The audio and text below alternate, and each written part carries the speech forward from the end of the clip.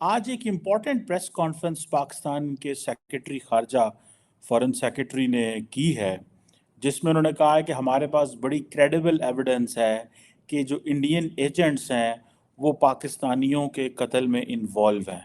یہ بہت بڑی چیز ہے، اینڈ پرٹیکولرلی وین سیکرٹری خارجہ بیٹھے کہ جو پاکستان کی انٹیلیجنس ایجنسیز ہیں انہوں نے ان دو رپورٹرز کو جو ہے وہ دی انفارمیشن کہ جو را ہے وہ کیسے پاکستان کے اندر اسیسینیشنز پلان کر رہی ہے سکھ اور کشمیری ایکٹیوسٹ کو مارنے۔ پاکستان کے سیکرٹری خارجہ کا نام ہے سائرس سجاد قاضی۔ انہوں نے آج اس چیز کے اوپر ایک پریس کانفرنس کی آج پاکستان میں شام کو لیٹ، اور انہوں نے کہا جی کہ جو دو پاکستانی، ایک کا نام شاہد لطیف اور ایک کا نام ریاض تھا، ان کو انڈین گورنمنٹ کی انوالومنٹ کے بعد جو ہے وہ قتل کیا گیا۔ اور یہ جو پاکستان اس کو کہتا ہے، یہ extra territorial and extra judicial killings ہیں، یہ سوفسٹیکیٹڈ اینڈ سینسٹر کمپین ہے پاکستان کے اندر۔ بٹ یہ چیز تو میں بڑی دیر سے آپ کو کہہ رہا ہوں کہ را پاکستان کے اندر انوالو ہے، لیکن پاکستان کی لیڈرشپ کچھ بھی نہیں کر پائی۔ ابھی بھی ہم کیا کر پڑے ہیں؟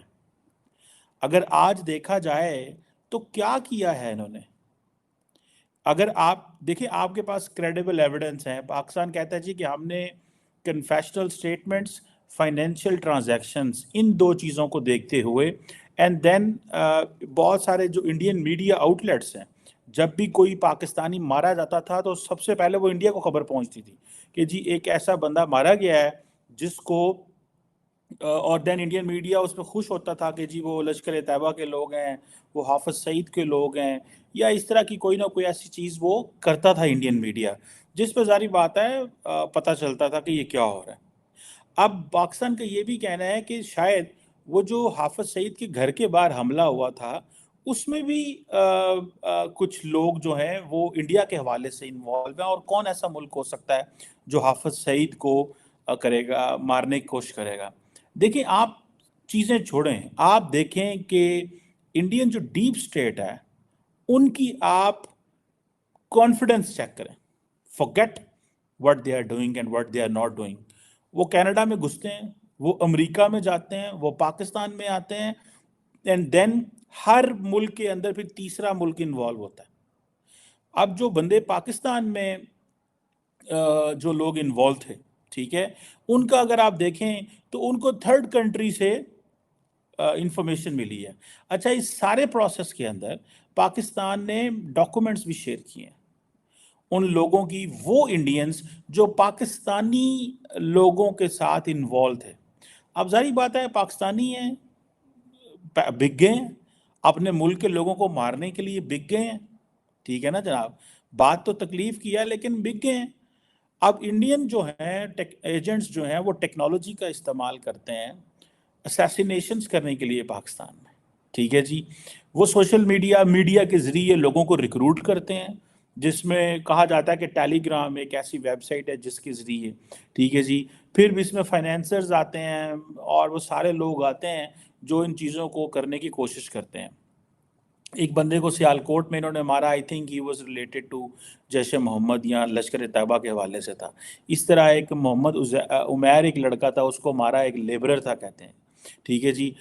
وہ جو بندہ ہے تھرڈ کنٹری سے آپ نے بندہ پکڑا، وہ کیسے ریکروٹ کرتے ہیں آپ ان کی دیکھیں، ان کے کانفیڈنس کو چیک کریں، آپ دیکھیں، چھوڑیں باقی کیا ہے۔ دیکھیں، پاک بھارت تعلق، جب آپ اس طرح کی چیزیں کر رہے ہوتے ہیں تو اس کا مطلب آپ کو کوئی تعلق نہیں ہے۔ گو کہ انڈیا نے یہ چیز امریکہ میں جو ہوئی ہے یا کینیڈا میں ہوئی ہے، انڈیا کے بہت اچھے تعلقات ہیں، اس کے باوجود انڈیا نے وہ جو ان کا کور نیشنل انٹرسٹ ہے اس کو فالو کیا۔ وہ صحیح ہے یا وہ غلط ہے؟ دونوں چیزوں پہ بحث ہو سکتی ہے۔ کیا انڈیا کا as a core national interest which is to target all those people who are involved somewhere in India، ان کو پکڑنا ہے، اینڈ دین نریندر مودی صاحب میسج دینا چاہتے ہیں اپنی عوام کو کہ دیکھو میں یہ بھی کر سکتا ہوں۔